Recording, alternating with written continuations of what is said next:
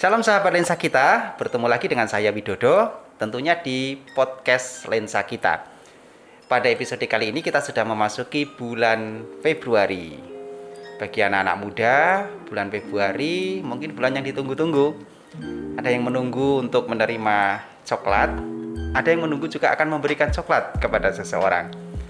Karena itu merupakan hari kasih sayang. Nah, tentunya hari kasih sayang itu bisa dimaknai secara luas. Peduli mengasihi kepada siapapun.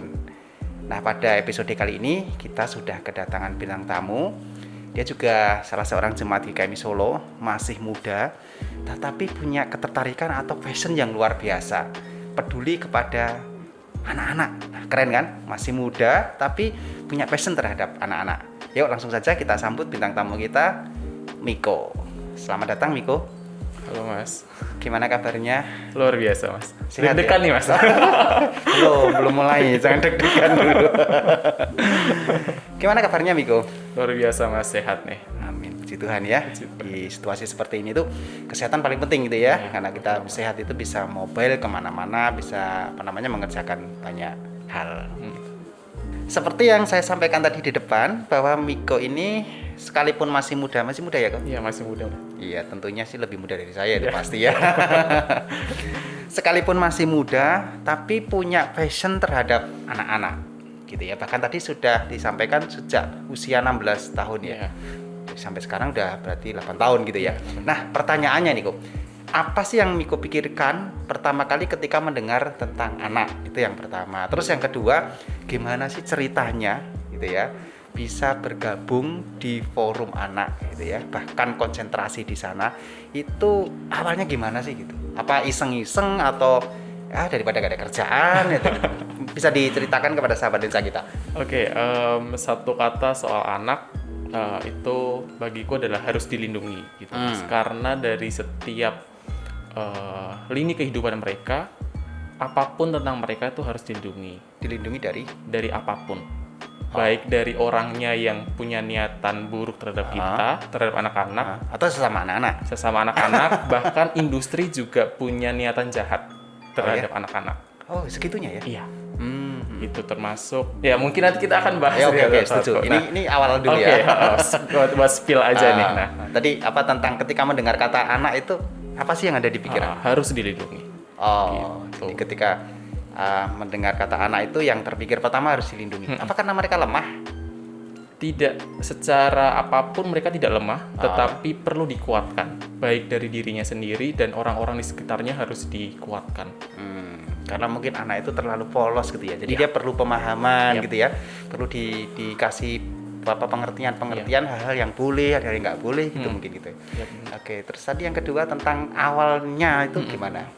Jadi 8 tahun yang lalu di umur 15-16 tahun itu kan datang undangan ke rumah nih Mas. Datang undangan sosialisasi dari kelurahan untuk mewakili ke kota gitu kan. Nah itu undangannya soal sosialisasi program Kota Layak Anak gitu. Nah, Kota Layak Anak. Nah dari situ aku belajar nih ternyata ngomongin anak itu tidak hanya soal makan, minum, sekolah, tapi banyak hhal. Nah ketika program itu dikupas satu-satu dan aku belajar di situ, ternyata makin banyak ya keprihatinanku gitu loh.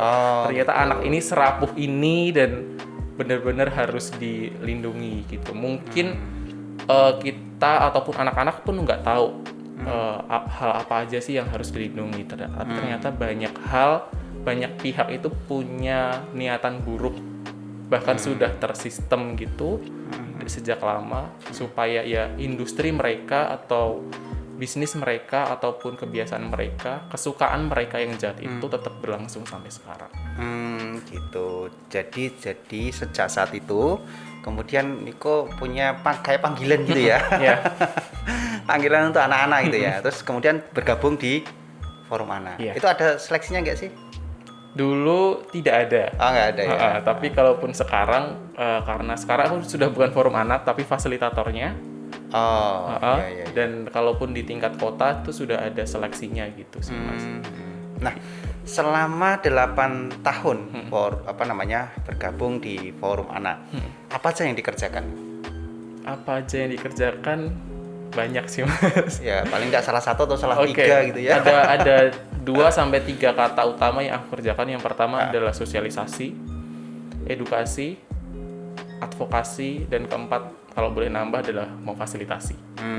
Lebih Ada 4 ke- poin tadi Iya, ya. 4 poin itu.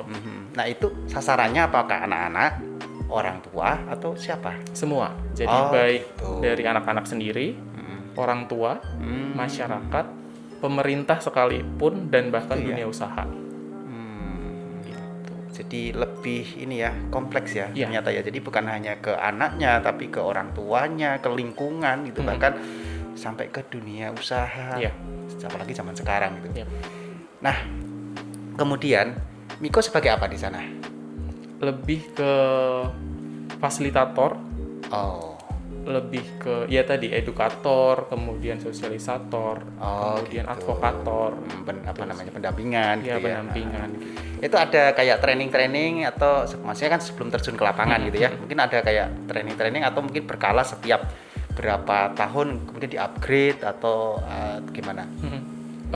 Itu setiap aku masuk ke isu tertentu itu pasti akan ada, tetapi secara basic karena kita di dunia, jadi satu dunia itu memegang satu apa namanya konvensi di bawah PBB itu tentang konvensi hak anak. Nah, kita pasti akan belajar soal itu.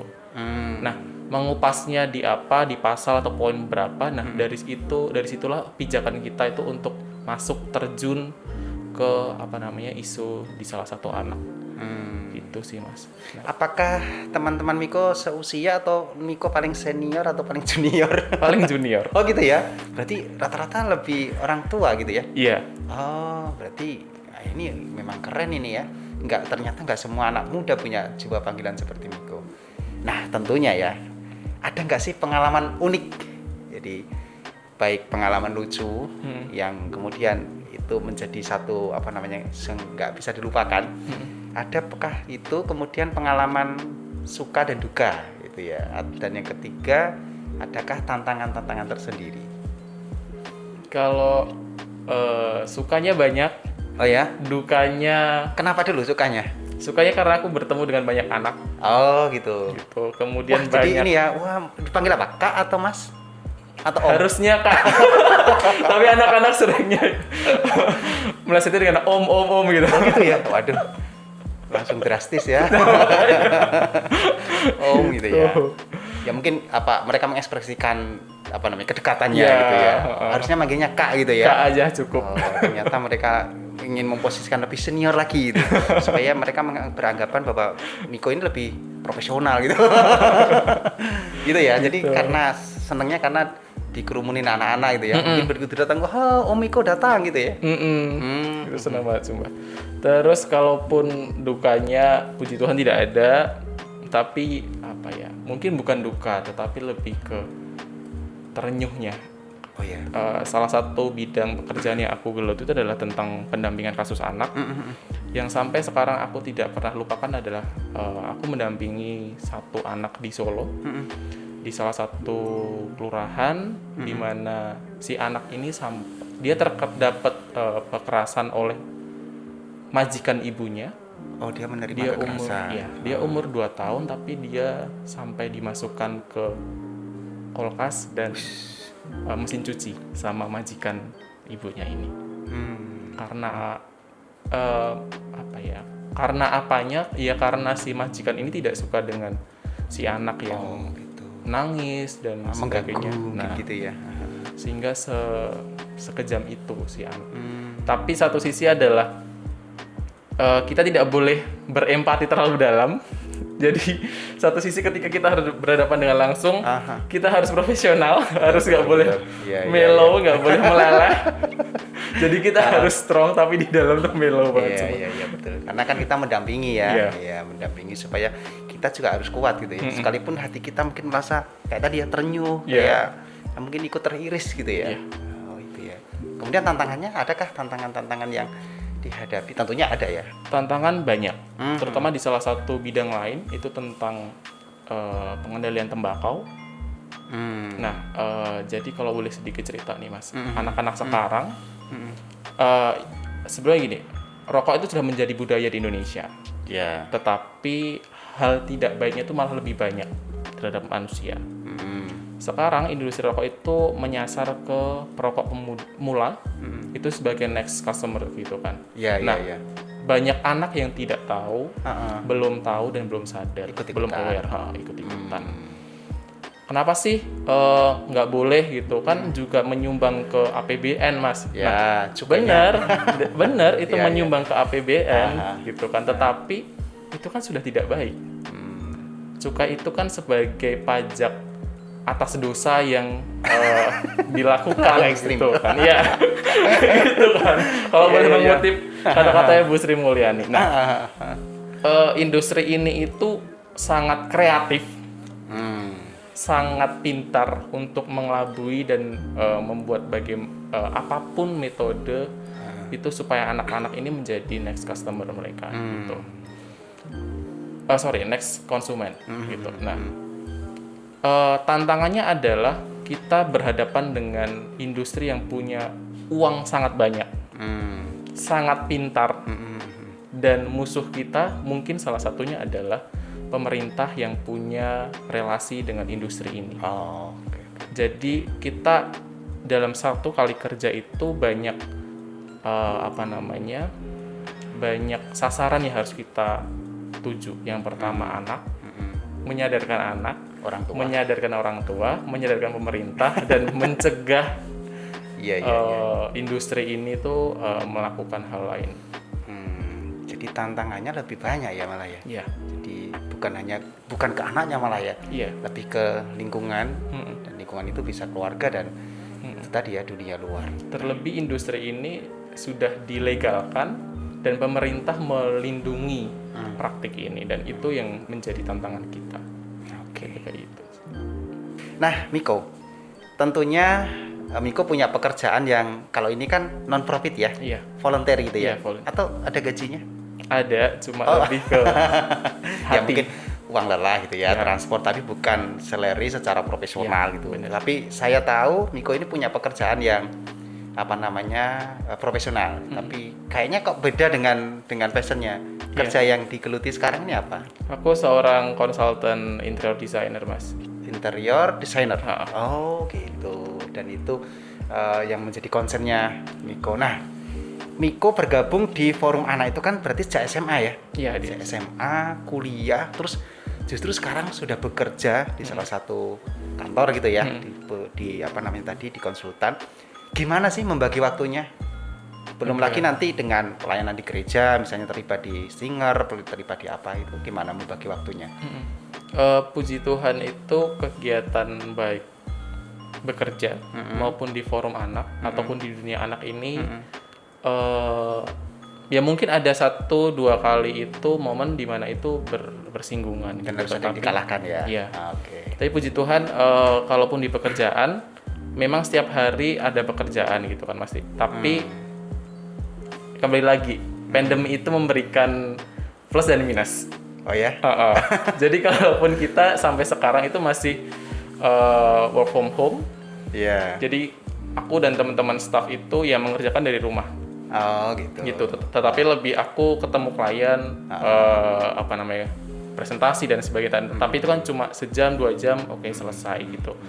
Setelah itu koordinasi dan sebagainya. Tapi kalaupun ada waktu yang lebih, aku tidak harus di kantor. Ya udah aku kalaupun ada diminta untuk rapat ataupun kegiatan untuk isu anak, oke, aku bisa datang. Gitu. Oh gitu. Jadi memang harus pintar-pintar bagi waktu ya. Tetapi ketika bertabrakan memang harus ada skala prioritas, iya kan? Nah itu namanya profesional.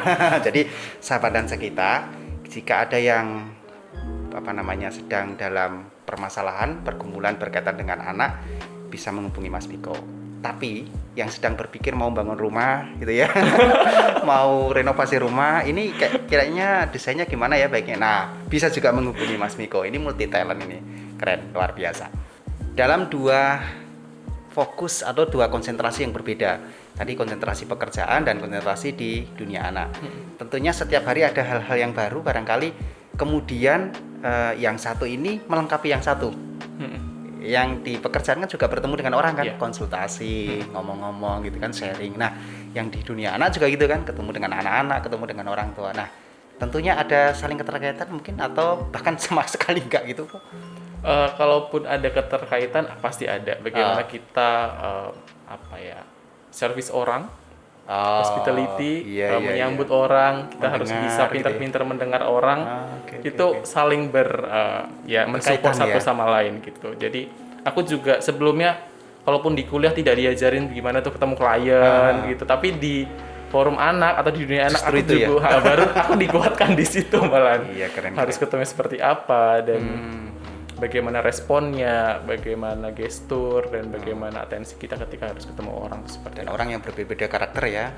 Nah itu harus bisa dipelajari luar biasa. Ternyata hal yang tidak dapat di bangku kuliah justru Miko dapatkan ketika tadi ya konsentrasi di forum anak tadi ya, dan itu bisa mendukung pekerjaan. Keren, luar biasa. Nah ini ada saling keterkaitan. Sip. Ketika mendengar ceritanya Miko, saya jadi ini ya, kenapa saya dulu nggak tahu tentang kayak ada forum anak segala macam. Seandainya dulu tahu, mungkin saya pengen bergabung juga gitu. Tapi sekarang sudah kedaluarsa saya.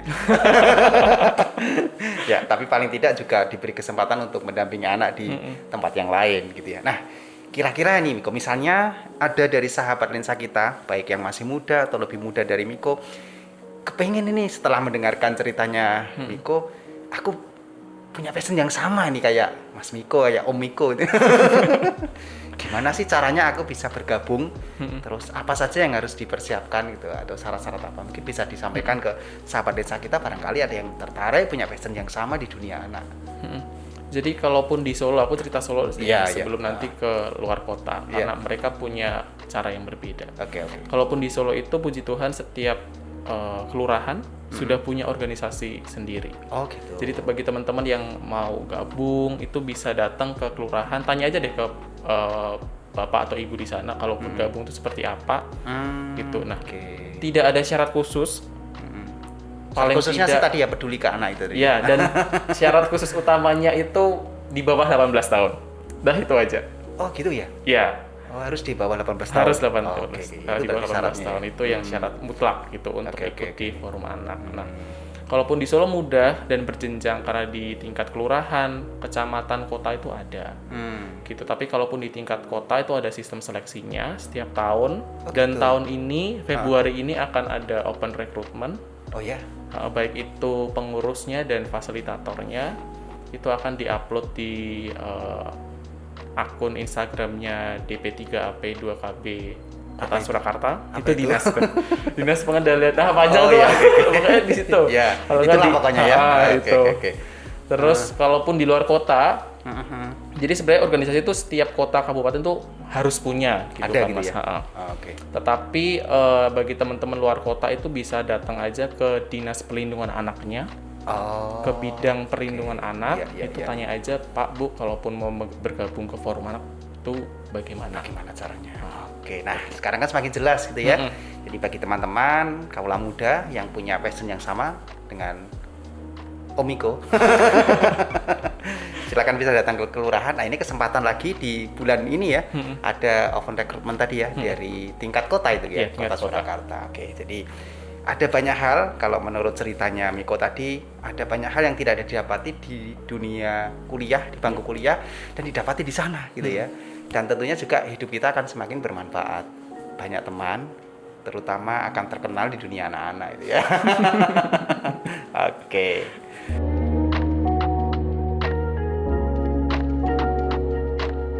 Tuhan juga konsen dan peduli terhadap anak-anak. Jadi bukan hanya yang dewasa-dewasa saja, bukan hanya yang sudah aktif berbuat dosa, tetapi yang anak-anak juga Tuhan perhatikan. Coba kita lihat di dalam Matius pasal 18 yang akan menjadi dasar kita pada episode kali ini, ayat yang ke-6 saya bacakan ya.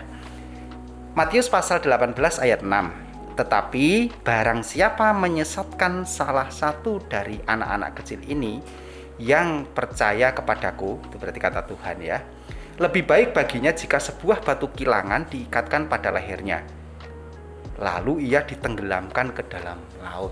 Nah, ngeri sekali ya. Jadi batu kilangan itu adalah dalam tradisi Yahudi dulu, itu kayak dua batu yang ditumpukkan jadi satu untuk menggiling biji-bijian gitu loh. entah gandum, entah kedelai mungkin ya. Ya. Nah, kemudian diputar gitu. Nah, akhirnya biji-bijian itu bisa Halus. pecah gitu. Nah, batu kilang itu ada dua. Ada yang diputar manusia, tetapi ada yang mungkin yang lebih gede diputar oleh binatang ya, yang menggerakkan, yang memutar itu. Nah, kalau ada seorang yang menyesatkan anak-anak, kata Tuhan, lebih baik batu kilangan ini dikalungkan di lehernya, terus dicemplungkan ke laut. Ngeri ya. Sudah berat, cemplung ke laut, artinya dia nggak akan bisa bangkit lagi. Jangankan bangkit ya. Jangankan bangkit ya, untuk lepas dari ikatannya saja mungkin sudah sulit karena dia ada di dasar laut. Nah, Miko, meresponi firman Tuhan ini kaitannya dengan tadi dunia anak bagaimana? Ya, yang pertama Mas, kata ketiga dari ayat itu sudah berbicara tentang pihak yang menyesatkan anak-anak. Jadi setidaknya di zaman sekarang yang masih terbuka terhadap informasi apapun, kita harus aware, harus peduli, dan harus paham. Di luar sana, baik siapapun, baik apapun, itu ada pihak-pihak yang ingin berbuat tidak baik terhadap kita. Nah, tetapi apa yang tadi di ayat Alkitab sampaikan, ada pihak-pihak juga kok yang peduli sama anak-anak yang kalaupun sudah ataupun mereka yang belum terkena kasus ataupun dapat kekerasan. Nah, satu hal dari ayat ini adalah yang pertama kita harus aware dulu. Ada orang yang tidak baik. Ya. Tetapi kita juga harus tahu ada banyak orang yang baik juga, yang baik terhadap kita. Tentang siapapun mereka yang tidak baik terhadap kita, nggak tahu kan? Nah, nggak tahu. Tetapi benar, paling nggak harus ada hukuman-hukuman yang mereka terima dari apapun yang mereka konsekuensinya dong. Konsekuensi. Bahkan kalau Alkitab tadi mengatakan kejam sekali ya, lebih baik batu kilangan. Kenapa nggak hanya batu kecil aja, tapi dia katakan batu kilangan gitu ya. Jadi supaya mungkin nggak bisa hidup lagi gitu ya, supaya nggak ada korban-korban berikutnya. Iya, benar sekali. Oke. Jadi memang kita harus aware terhadap itu, bahwa kejahatan itu selalu ada di mana-mana gitu ya.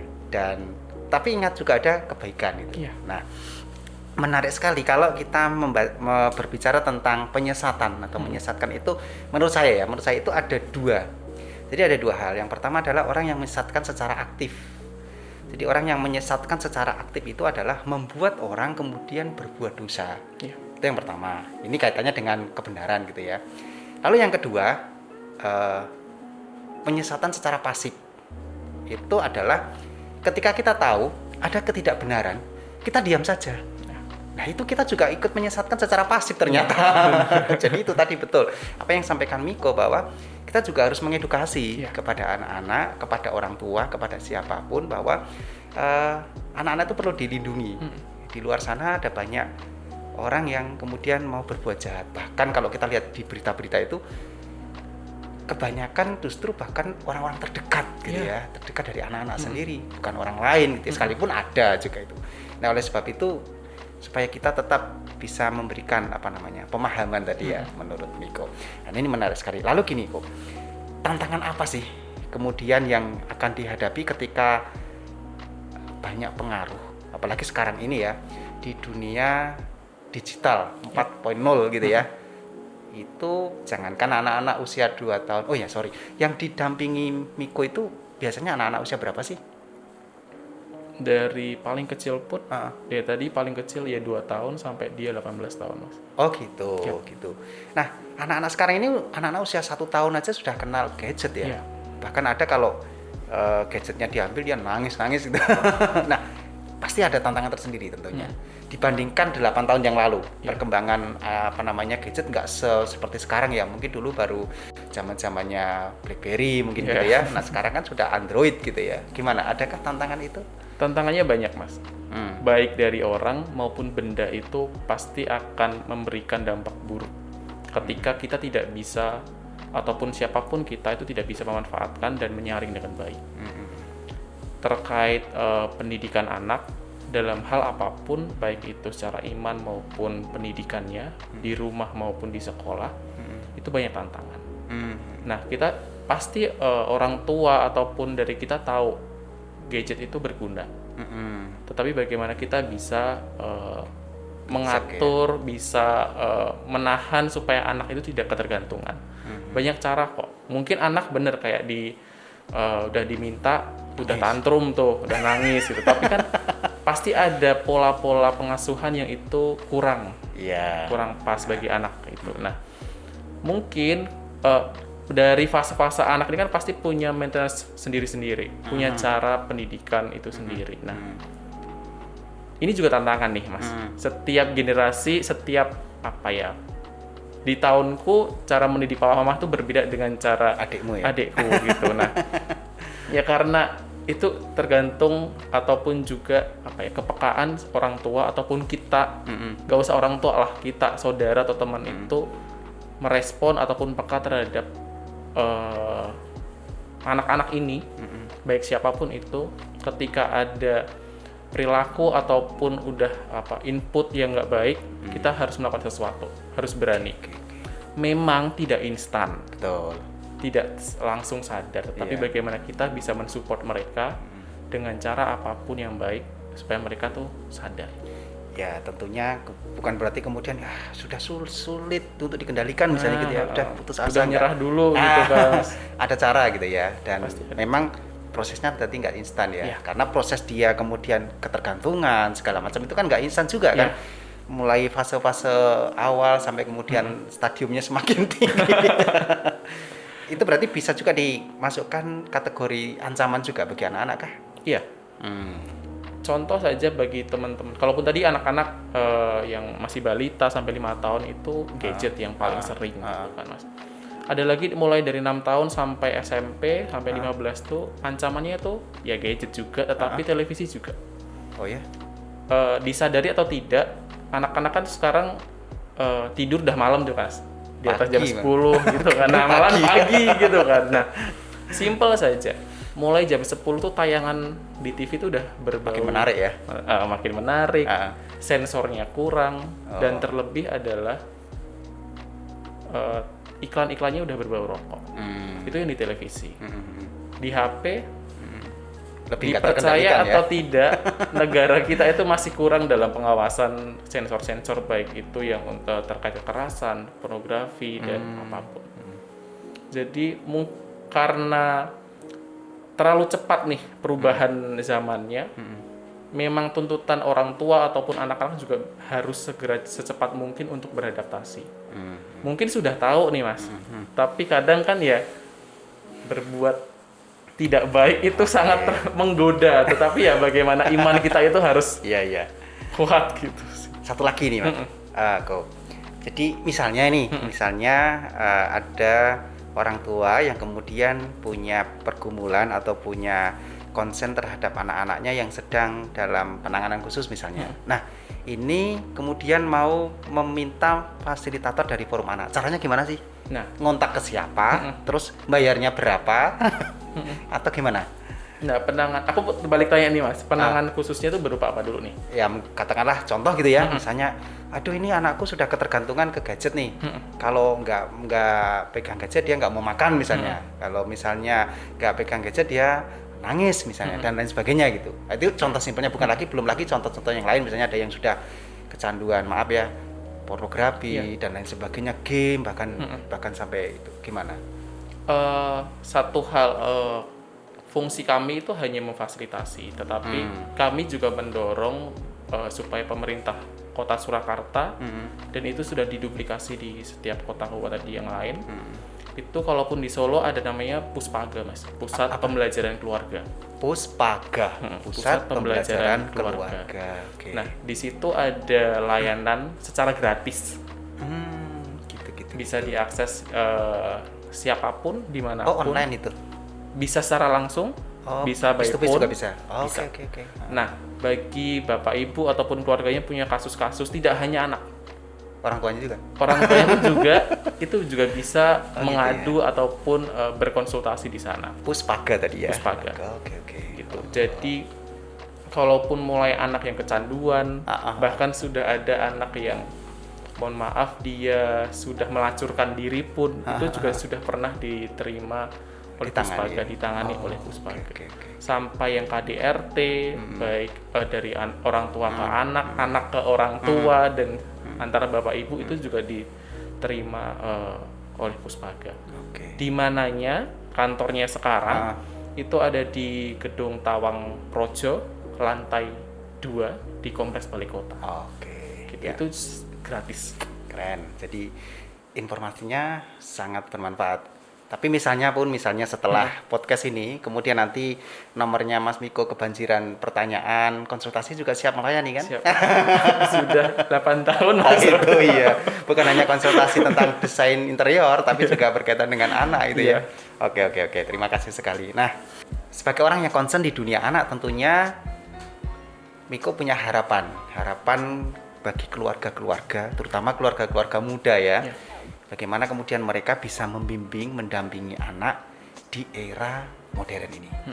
Mungkin sedikit tips aja atau gimana? Mungkin yang pertama harapan dulu ya Mas. Ya.